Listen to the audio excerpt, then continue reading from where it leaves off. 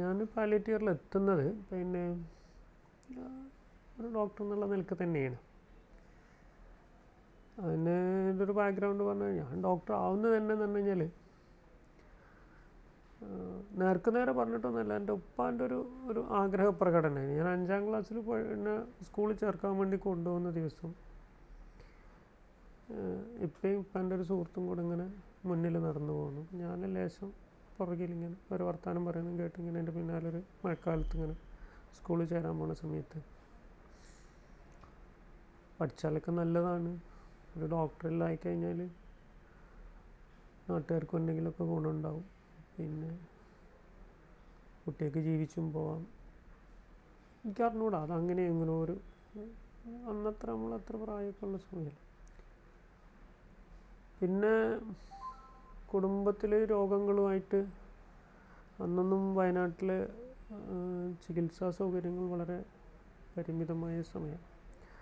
അപ്പം എൻ്റെ ഫാമിലിയിൽ എൻ്റെ 2 അനുജന്മാർ അന്നത്തെ കാലത്ത്, ഇന്നത്തെ കാലത്തും സീരിയസ് തന്നെയാണ്, മെനിഞ്ചൈറ്റിസ് എന്ന് പറയുന്നൊരു അസുഖം ഏതാണ്ട് 2 പേർക്ക്, ഒരാൾക്ക് 2 വട്ടം ഒരാൾക്ക് 1 വട്ടമായിട്ട് അങ്ങനെ വന്നിട്ട് ദീർഘകാലം ചികിത്സയിൽ നിൽക്കേണ്ട ഒരു കാലം വന്നിട്ടുണ്ടായിരുന്നു.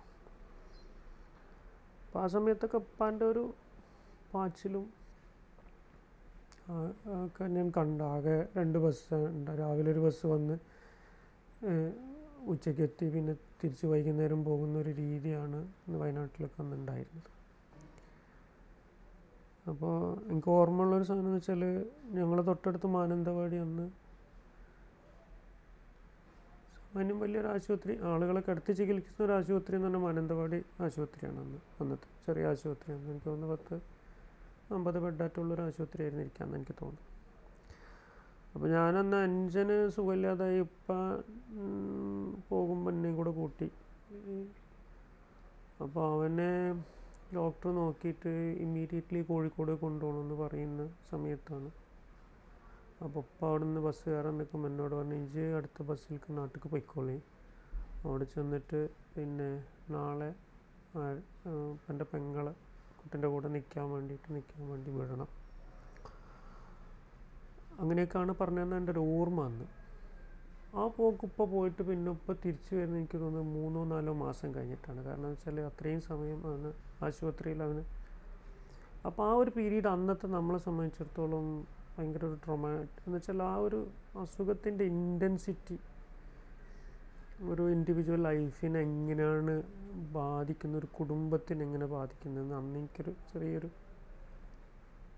അപ്പോൾ അന്നായിരുന്നു ഇരിക്കണം എന്ന് തോന്നുന്നു എനിക്കിങ്ങനെ ഭയങ്കര ഡോക്ടർ അവർ വളരെ ഒരിക്കലും ഇപ്പം എന്നോട് ഡോക്ടർ ആവണമെന്നോ ഇന്നതാവണോ അങ്ങനെയൊന്നും ഒരിക്കലും പറഞ്ഞിട്ടൊന്നുണ്ടായി. പക്ഷെ അത് ചില സാധനങ്ങൾ അങ്ങനെ സ്ട്രൈക്ക് അങ്ങനെ ഡോക്ടർ ആവാനുള്ള ആഗ്രഹം വരികയും പഠിക്കാൻ കുറച്ച് ശ്രദ്ധ വളരെ അങ്ങനത്തെ ഒരു ഞങ്ങളുടെ നാട്ടിലിപ്പം മാക്സിമം 10ാം ക്ലാസ്, പിന്നെ അത് കഴിഞ്ഞാൽ പിന്നെ കന്നാലികൾ, അങ്ങനെയാണ് ഞങ്ങളുടെ ഒരു അന്നത്തെ ഒരു ജീവിതം. അവിടെ നിന്ന് എങ്ങനെയോ എനിക്കങ്ങനെ ഒരു തോന്നൽ വന്നു. പിന്നെ നല്ലൊരു പ്രോത്സാഹനം എനിക്ക് സ്കൂളിൽ നിന്ന് കിട്ടി, അങ്ങനെ ആയത്.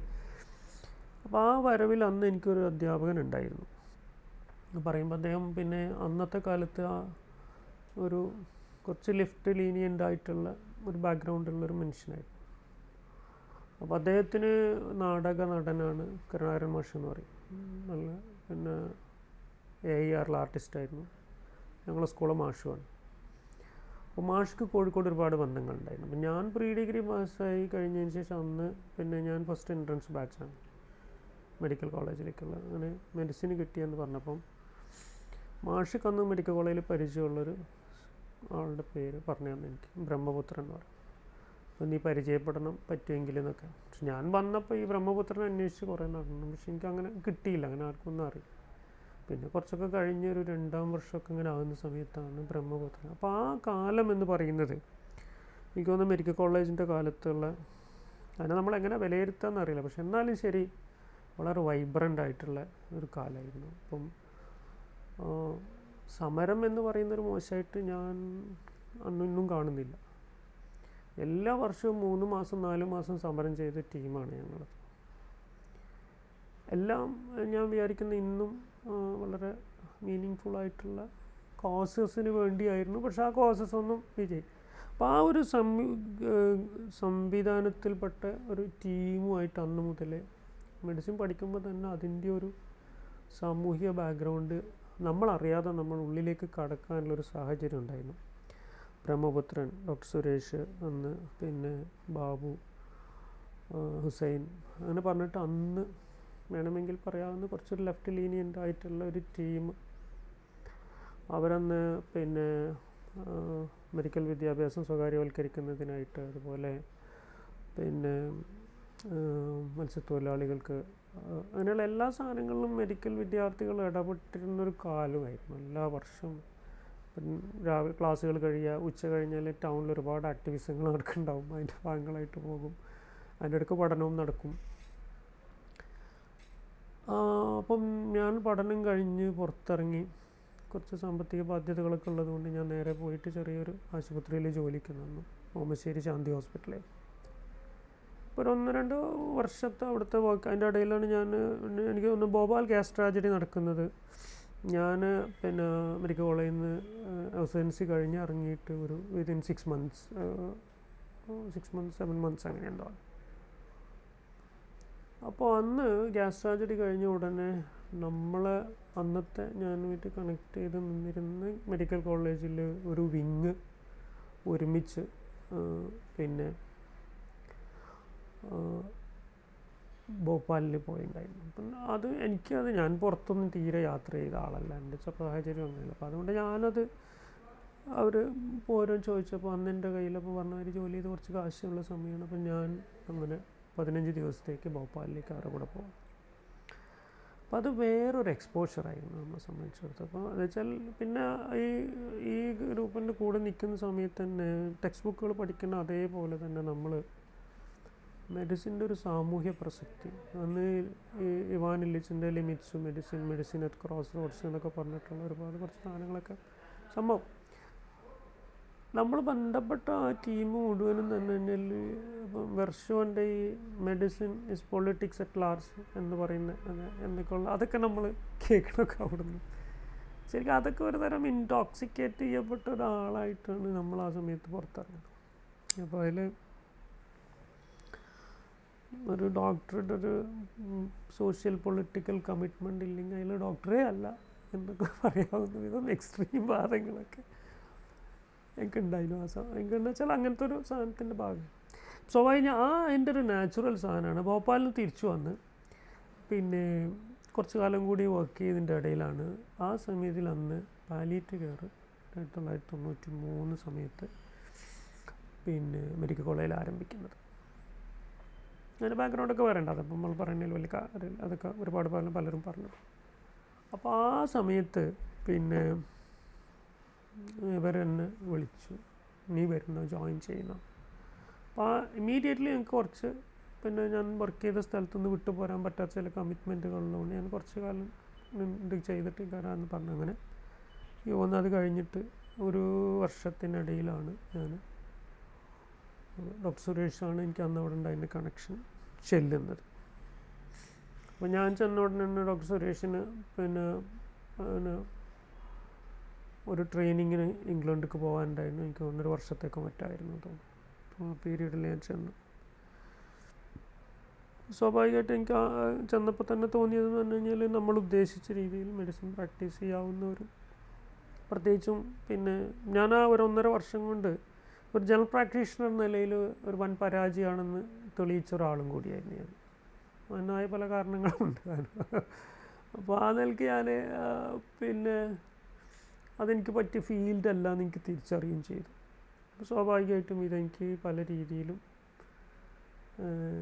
വളരെ അപ്പം മാത്രമല്ല ഞങ്ങൾ ആ ഒരു 4-5 വർഷം 5-6 വർഷം മെഡിക്കൽ കോളേജിലുണ്ടായിരുന്ന കാലത്ത് കണ്ടിന്യൂ ചെയ്ത് വന്നൊരു വർക്കിൻ്റെ ഒരു സ്വാഭാവികമായ ഒരു സാധനം. അതുകൊണ്ട് ഞാൻ പറഞ്ഞു, സ്വാഭാവികമായിട്ട് തന്നെയാണ് പാലിയേറ്റീവിലേക്ക് വന്നെന്ന് വിചാരിക്കാം. എന്നാൽ അതിന് ചില ആക്സിഡൻ്റൽ സാധനങ്ങൾ ആ സമയത്ത് തള്ളി വിട്ടിട്ടും ഉണ്ടായിരുന്നു. പക്ഷെ വേറൊരു കാര്യം ഉണ്ടായി. സുരേഷ് പോയി, ഞാൻ പിന്നെ മെഡിക്കൽ കോളേജിൽ ഇതിൽ വർക്ക് ചെയ്ത് തുടങ്ങി ഒരു 3 മാസമാകുമ്പോൾ എനിക്ക് തോന്നി എനിക്കിത് പിടിച്ചിക്കാൻ പറ്റില്ല എന്ന് തോന്നുന്നു. കാരണം എന്താ വെച്ചാൽ നമ്മൾ കാണുന്നതൊക്കെ എന്താണ്, അന്ന് തന്നെ ക്യാൻസർ പേഷ്യൻസാണ് നമ്മൾ കാര്യമായിട്ട് കാണുന്നത്. എല്ലാം ടെർമിനൽ ക്യാൻസർ പേഷ്യൻസ്. സകലമാന എല്ലാവരും നമുക്ക് ആളുകളിങ്ങനെ എല്ലാ ആഴ്ചയും 1-2 മരണങ്ങൾ നമ്മളന്നതൊന്നും അങ്ങനെ സ്വീകരിക്കാൻ പാലിയേറ്റീവ് കെയറിനെ പഠിപ്പിക്കുന്ന കൂട്ടത്തിൽ മരണത്തിനെ സ്വീകരിക്കുന്നതിനെ പറ്റിയുള്ള ചില അതൊക്കെ ഈ തലയിലൊന്നും കയറാനൊന്നും ഉള്ളൊരു അവസ്ഥയല്ല. വായിച്ചു പോകാൻ രസമുള്ള കാര്യങ്ങളായിരുന്നെങ്കിലും അനുഭവിക്കാൻ ഒട്ടും സുഖമില്ല. അപ്പോൾ ഞാൻ തീരുമാനിച്ചതെന്ന് വെച്ചാൽ സുരേഷ് തിരിച്ചു വന്ന ഉടനെ ഞാൻ ഇവിടുന്ന് തിരിച്ചു പോകും, ഞാനിനി തുടരില്ല എന്നാണ്. സംഭവം സുരേഷിൻ്റെ വരവ് കുറച്ചൊരു 1 ഇയറോളം നീണ്ടുപോവുകയും ആ ഗ്യാപ്പിനിടയിൽ ഞാൻ പതുക്കെ ഒരു റിയലൈസേഷനിലേക്ക് എത്താനുള്ളൊരു ഗ്യാപ്പ് എനിക്ക് കിട്ടുകയും ചെയ്തു എന്ന് ഞാൻ വിചാരിക്കുന്നു. അതോടുകൂടി ഞാൻ മനസ്സിലാക്കി. അപ്പോൾ ഞാൻ എൻ്റെ പാലിയേറ്റീവ് കെയറിന് അന്നത്തെ നിലയിലുള്ള ഒരു ഫിലോസഫിയും കാര്യങ്ങളും ഒരു ഇൻസ്റ്റിറ്റ്യൂഷൻ ബേസ്ഡ് ആയിട്ടുള്ള സാധനമായിട്ട് വന്നു. 2008 വരെ മെയിൻലി മെഡിക്കൽ കോളേജിൽ. അപ്പോൾ ആ കാലത്താണ് മലബാറിലെ പല സ്ഥലങ്ങളിലും കോഴിക്കോട് പാലിയേറ്റീവ് കെയർ സൊസൈറ്റിയുടെ ഉത്സാഹത്തിൽ പാലിയേറ്റീവ് കെയർ തുടങ്ങുന്നതും. അങ്ങനെ മലപ്പുറത്ത് അബ്രഹ്മാൻ സാറും രാജഗോപാൽ സാറുമായിട്ടുള്ള സംസാരത്തിൻ്റെ ഭാഗമായിട്ട് അവർ മലപ്പുറത്ത് മഞ്ചേരിയിൽ ഇത് ആരംഭിക്കുകയും അത് തുടങ്ങിയ കാലത്ത് പിന്നെ OP ബേസ്ഡ് സംവിധാനങ്ങളായിരുന്നു. അപ്പം ഞാൻ അവിടെ ജൂനിയർ മോസ്റ്റ് ഞാൻ തന്നെയായിരുന്നു അവർ ഇങ്ങോട്ടൊക്കെ വിട്ടിരുന്നത്. അപ്പോൾ അന്ന് മുതൽ തന്നെ 1996 മുതൽ തന്നെ പിന്നെ മഞ്ചേരിയിലെ പാലിയേറ്റീവ് കെയർ പ്രോഗ്രാമുകളിൽ ഒരു ഡോക്ടർ എന്ന നിലയിൽ വന്നു പോകുന്ന പരിചയം എനിക്കുണ്ട്. 2008 കാലങ്ങളിൽ അങ്ങനെ ആവുന്ന സമയത്ത് സ്വാഭാവികമായിട്ട് ഒരു ഇൻസ്റ്റിറ്റ്യൂഷൻ ബേസ്ഡ് സംവിധാനത്തിൽ ഉണ്ടാകുന്ന ചില സാധനങ്ങളുടെ പരിമിതികളും ചില മടുപ്പുകളൊക്കെ ഉണ്ടാകുന്നതിൻ്റെ ഭാഗമായിട്ട് കുറേയും കൂടി വൈഡറായിട്ടൊരു കമ്മ്യൂണിറ്റി വർക്ക് സാധനങ്ങൾ ചെയ്യുന്ന ചില സംവിധാനങ്ങൾക്ക് പോകാനൊരവസരം എനിക്കുണ്ടായി. ഒരു 1.5 വർഷത്തോളം അത്തരം ചില സംവിധാനങ്ങളുമായിട്ട് വർക്ക് ചെയ്തപ്പം കുറേയും കൂടി സാധ്യതകൾ കമ്മ്യൂണിറ്റിയിൽ. അപ്പം അന്നത്തെ പാലിയേറ്റീവ് കെയറും കമ്മ്യൂണിറ്റിയിലേക്ക് പോകുമെങ്കിലും പക്ഷേ ഇൻസ്റ്റിറ്റ്യൂഷൻ ആയിരുന്നു അതിൻ്റെ ഒരു മെയിൻ ഇത്. അതിൽ നിന്ന് ഞാൻ തിരിച്ചു വന്നപ്പോഴാണ് പിന്നെ ഞാൻ തീരുമാനിച്ച് ഞാൻ കോഴിക്കോട് എന്തായാലും ഇൻസ്റ്റിറ്റ്യൂഷനിൽ തിരിച്ചു പോകണില്ല. അപ്പോൾ മലപ്പുറത്താണെങ്കിൽ പിന്നെ ഡോക്ടർ മാത്യൂസും ടീമൊക്കെ ആയിരുന്നു ഉണ്ടായിരുന്നത്. മാത്യൂസ്, ഡോക്ടർ അവരൊക്കെ JK ജയകൃഷ്ണൻ അവരൊക്കെ അതിലായിട്ട് മാത്യൂസൊക്കെ മലപ്പുറം വിടുന്ന ആവശ്യമായിട്ട് അദ്ദേഹത്തിൻ്റെ നാട്ടിലേക്ക് പോകേണ്ടൊക്കെ സമയം വന്നപ്പോൾ ഇവിടെ ഒരു ചെറിയൊരു ഗ്യാപ്പ് ആളില്ലായ്മയും കൂടെ വന്നപ്പം ആണ് പിന്നെ അവരൊന്നും കൂടെ എന്നെ മലപ്പുറത്തേക്ക് മജീദ് ചോദിക്കുന്നത് വരാമോ. എനിക്ക് സന്തോഷം തോന്നി, ഞാൻ വന്നു. അന്ന് മുതലാണ് കുറേയും കൂടി ഞാൻ പിന്നെ മലപ്പുറത്തെ വർക്കുകൾ നേരിട്ട് കാണാൻ തുടങ്ങി. അപ്പോൾ ഞാൻ എൻ്റെ ഒരു 6 മാസം കൊണ്ട് എനിക്ക് വളരെ ഡ്രാസ്റ്റിക് ഡിഫറൻസ് എനിക്ക് ഫീൽ ചെയ്തു. ഡ്രാസ്റ്റിക് ഡിഫറൻസ് എന്ന് പറഞ്ഞു കഴിഞ്ഞാൽ എന്താ വെച്ചാൽ കോഴിക്കോട് മോശമാണ് മലപ്പുറം മെച്ചാണ് എന്നുള്ള നിലക്കല്ല. ഉണ്ടായത് എന്താണെന്ന് വെച്ച് കഴിഞ്ഞാൽ ആക്ച്വലി ഫുൾ കമ്മ്യൂണിറ്റിയിൽ തന്നെ നമ്മൾ, കാരണം അന്ന് ഇവിടെ സ്ഥാപനങ്ങളൊന്നുമില്ല, ഒരു വാടകയ്ക്കിട്ടൊരു റൂമിലാണ് അന്നത്തെ ക്ലിനിക്കൊക്കെ വർക്ക് ചെയ്യുന്നത്. IMB കൊടുത്തൊരു സഹായത്തിലുള്ള നിൽക്കുന്ന വർക്കാണ്. അപ്പോൾ മുഴുവൻ പണികൾ സ്പ്രെഡ് ഔട്ട് ചെയ്തിരിക്കുന്നത് കമ്മ്യൂണിറ്റിയിൽ തന്നെയാണ്, എല്ലാ ആക്ടിവിറ്റിയും കമ്മ്യൂണിറ്റിയിൽ തന്നെയാണ് നടക്കുന്നത്. അപ്പോൾ അങ്ങനത്തെ ഒരു സാധനത്തിൽ ഇന്ന് പേഷ്യൻ്റ് സാധനങ്ങളിലാണെങ്കിൽ പോലും ഇപ്പോൾ ഞാൻ ഇൻസ്റ്റിറ്റ്യൂട്ടിലായിരുന്ന സമയത്ത് ഒരു ദിവസം ഒരു 5 രോഗികൾക്കെങ്കിലും ചിലപ്പോൾ ഞാൻ മോർഫിനൊക്കെ എഴുതിയിട്ടുണ്ടാവും. അപ്പം അന്ന് ഞാൻ മനസ്സിലാക്കുന്നതെന്ന് വെച്ചാൽ മോർഫിൻ ഇല്ലെങ്കിൽ പാലിയേറ്റീവ് കെയർ നടക്കില്ല. പെയിനാണ് ഏറ്റവും പ്രധാനപ്പെട്ട സാധനം. എന്ന് വെച്ചാൽ 10-12 വർഷം പാലിയേറ്റീവ് കെയർ എക്സ്പീരിയൻസ് എന്ന് പോലും ഞാൻ മനസ്സിലാക്കുന്നത് മറ്റു പലതും പ്രധാനമാണെന്ന് പറയുമ്പോൾ തന്നെ പെയിനൊക്കെ തന്നെയാണ് ഏറ്റവും. ഇപ്പോഴും പെയിൻ പ്രധാനമല്ല എന്നുള്ള നിലക്കല്ല കേട്ടോ. പക്ഷേ ഞാൻ ഇവിടെ വന്ന് ഞാൻ 2-3-4 കൊല്ലം വർക്ക് ചെയ്തപ്പോൾ എനിക്ക് 5 കൊല്ലത്തിനിടയിൽ 5 പേർക്ക് പോലും എനിക്ക് മോർഫിൻ എഴുതേണ്ടി വന്നില്ല. മറ്റു പല ഇഷ്യൂസാണ് നമ്മൾ കാണുന്നത്. മറ്റേതിനേക്കാളും നമ്മൾ എൻഗേജ്ഡാണ്. അപ്പോൾ മറ്റേതിൽ പറഞ്ഞു കഴിഞ്ഞാൽ നമ്മൾ പേഷ്യൻ്റ് വരിക പോവുക കാണുക എന്ന് ചെറിയൊരു സാധാരണ ഒരു കൺസൾട്ടിങ് സാധനത്തിൻ്റെ ഒരു പരിമിതിയിൽ നിന്ന് അപ്പുറത്ത് അന്ന് ഹോം കെയർ ഉണ്ട് കോഴിക്കോട്. പക്ഷേ മലപ്പുറത്ത് നടക്കുന്ന മാതിരിയുള്ളൊരു രീതിയിലല്ല, അത്രയില്ല.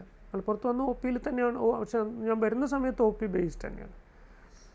1-2 ചില കാര്യങ്ങളിൽ ഇൻസ്ട്രുമെൻ്റലാവാൻ പിന്നെ നമ്മളുടെ അന്നത്തെ വർക്കുകൾക്ക് സാധിച്ചു. അതായത് ഞങ്ങളങ്ങനെ നോക്കിയപ്പോഴേ 2-3 സാധനങ്ങൾ വന്നത് എന്താണെന്ന് വെച്ചാൽ, ഞാനന്ന് കൊണ്ടോട്ടി, മഞ്ചേരി അങ്ങനെ 2-3 ക്ലിനിക്കുകളിലാണ് പോയിക്കൊണ്ടിരുന്നത്. കൊണ്ടോട്ടികളിൽ പിന്നെ ഉമർ ബാവാക്ക പറഞ്ഞിട്ട് എന്നിട്ട് പിന്നെ അതിൻ്റെ ഒരു അത്യാവശ്യം മാനേജിങ് കാര്യങ്ങളൊക്കെ ചെയ്യുന്ന ആൾ ഒരുപാട് സപ്പോർട്ട് ചെയ്തൊരു മനുഷ്യനാണ്. എന്ന് വെച്ചാൽ ഒരു വിഷയം പറഞ്ഞു കഴിഞ്ഞാൽ അതിനകത്ത് നല്ലോണം താല്പര്യം എടുക്കുന്ന ഒരാൾ. ഞാൻ ഇപ്പം നോക്കിയപ്പോൾ നമ്മളൊരു OP ക്ലിനിക്കിൽ പേഷ്യൻ്റ് വന്നു കഴിഞ്ഞാൽ ഒരു 40 OP ഒക്കെ ഉണ്ടാവും ഒരു ദിവസം. ആഴ്ചയിൽ ഒരു OP ഡേ അല്ലെങ്കിൽ അങ്ങനെയൊക്കെയാണ് അന്നത്തെ കാലത്തുള്ള സംവിധാനം. ആകെ എനിക്ക് തോന്നുന്ന ഒരു 3-4 ക്ലിനിക്കുകളെ മലപ്പുറത്ത് അന്നുള്ളൂ.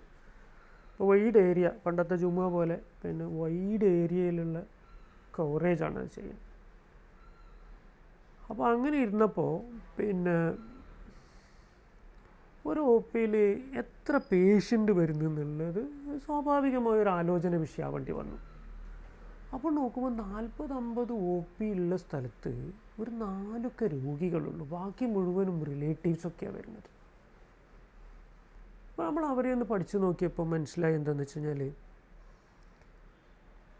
ഏറ്റവും പ്രയാസമുള്ള പേഷ്യൻ്റ് വരുന്നേ ഇല്ല. എന്നാൽ അയാൾക്ക് വരാൻ കഴിയില്ല. അയാൾ അവശനാണ്, അത്രയ്ക്ക് അവശനാണ്. വലിയ ബുദ്ധിമുട്ടുകളൊന്നും ഇല്ലാത്ത, എന്നാൽ പിന്നെ യാത്ര ചെയ്യാനുള്ള ഒരു സാമ്പത്തിക ശേഷിയോ അല്ലെങ്കിൽ അറ്റ്ലീസ്റ്റ് കടെങ്കിലും കിട്ടുന്ന ആളുകളാണ് ഈ OPയിൽ വരിക. അപ്പോൾ ഞാൻ ആലോചിച്ച് ഡോക്ടർ ആർക്കാണ് ഈ മരുന്ന് എഴുതുന്നത്? പലപ്പോഴും ഇത്തരം പേഷ്യൻസ് അന്നത്തെ കാലത്തും തുടക്കത്തിൽ ക്യാൻസർ പേഷ്യൻസ് തന്നെയാണ് അധികവും. പിന്നെ മറ്റു കുറച്ച് ഒരു വലിയ കാലമൊന്നും അവർ ജീവിച്ചിരിക്കുന്നുണ്ടായിരുന്നില്ല, ഒരു വർഷം 1.5 വർഷമൊക്കെ. ജീവിതത്തിൽ ഒരിക്കലും കാണാത്ത രോഗികൾക്ക് വേണ്ടി വരെ മരുന്ന് എഴുതേണ്ടി വന്നിട്ടുണ്ട് നമ്മൾക്കന്ന്. കാരണം അവരൊരിക്കലും OPയിൽ വരുന്നില്ല, പിന്നെ എങ്ങനെ നമ്മൾ കാണുക?